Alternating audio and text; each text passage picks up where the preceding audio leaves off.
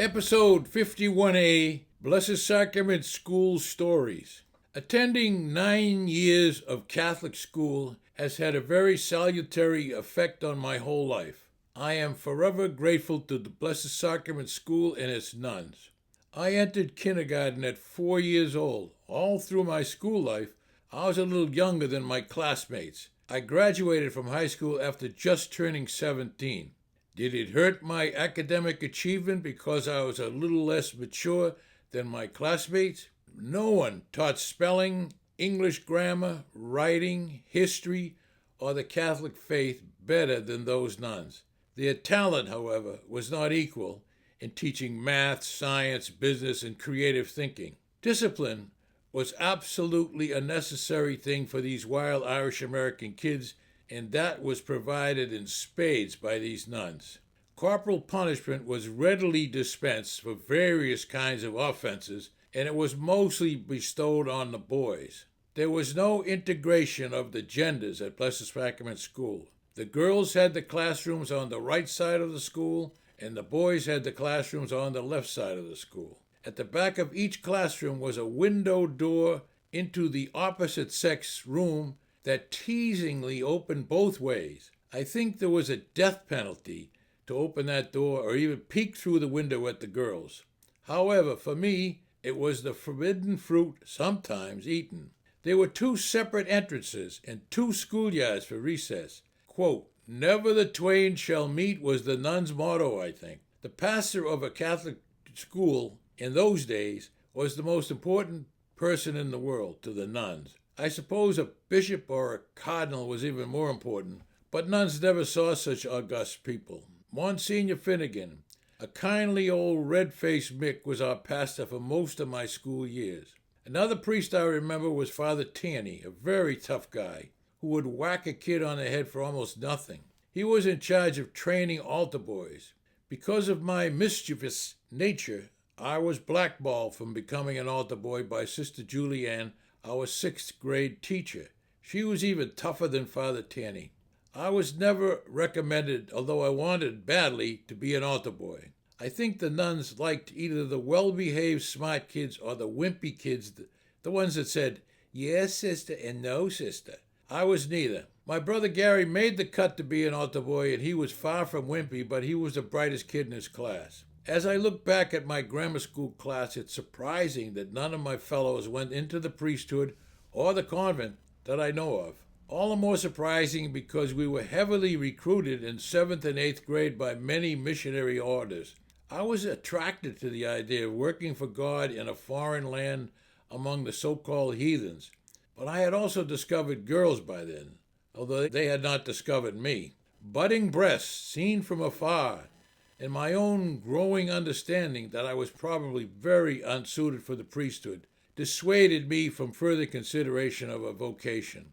I remember many of the nuns and priests from my school days very well. They were all characters in their own way. Sister Julianne, previously mentioned, had a meticulous corporal punishment system worked out. Talking during class to another kid required 10 knuckle cracks with a hard wood pointer.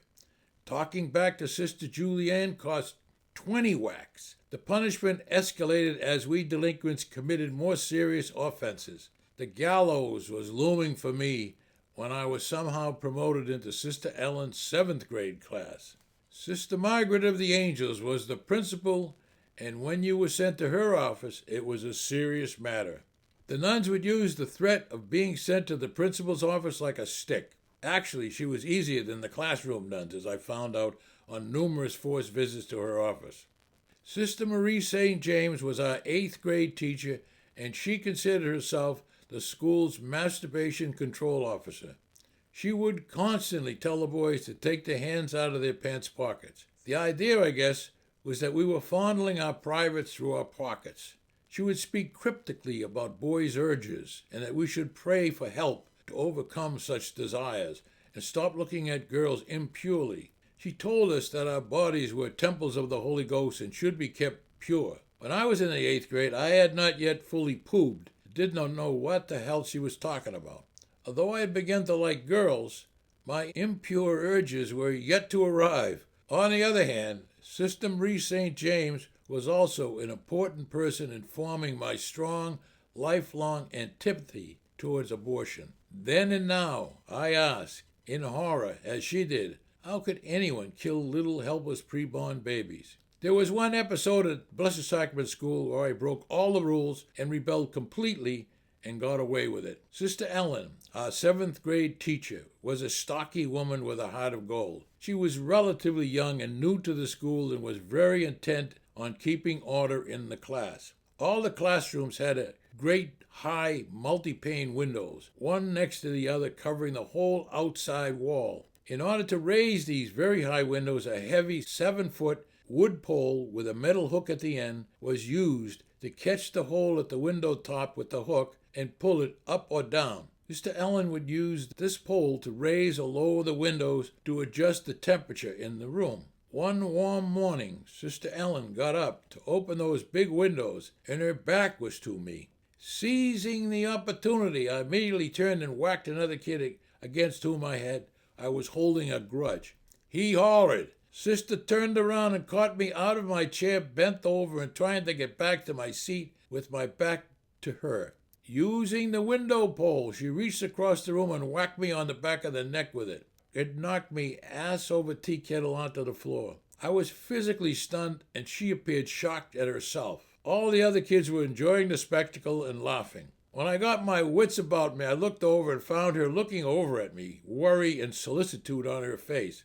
I was pretty pissed off, but I would not have rebelled so intensely if I did not think that I had an unusual opportunity to maybe get a big advantage. If she had not looked so concerned, I would have sucked it up. I got up and walked out of the room without permission, the most egregious offense in the school, tearily saying something like, "I'm not going to take that." I went down the boys' stairs. Yes, there was a boys' staircase and a girls' staircase. I then went out into the schoolyard. After I got out there, I started to feel unsure and began to worry about what I had just done. Where was that advantage, and how was I going to do it? I could not go home. I was afraid to leave the area. I thought about going to the pool hall down Pearl Street. If I did that, then the punishment would be even worse than what I already had coming. My mother and father were very strict regarding school, and there would be no sympathy for rebellious boys from them. I walked around in front of the school and continued to wonder what I was going to do now. I finally sat down on the huge set of church steps. I had a big bruise on my neck where the pole had struck, but it was no more serious than what I might get from playing football. The nun must have been worried about my welfare and probably her own welfare, since she might get in trouble also. She sent the class suck-up, Jimmy Cooper, to find me. Cooper told me that Sister Ellen wanted me back in the class. I proceeded to kick Cooper's ass and send him back to school, calling him lots of descriptive 4-letter names. Soon after, she sent him out again, and I scared him back again. Finally, she sent out one of the regular kids, Tommy Salmon, who reasoned me back into the classroom. Sister Ellen took me outside to the corridor for some privacy. She asked me if I was all right and apologized to me. I apologized to her also, and our own armistice day prevailed. We remained friendly ever after. Neither Sister Margaret nor my parents ever heard about my 7th grade rebellion. This is Rod Murphy. Thank you for viewing or listening to my podcast episodes. I really appreciate it. If you liked it, and if you so choose, I ask you to send a good review and refer a friend who might be interested in this old Boston podcast series. Again, my thanks.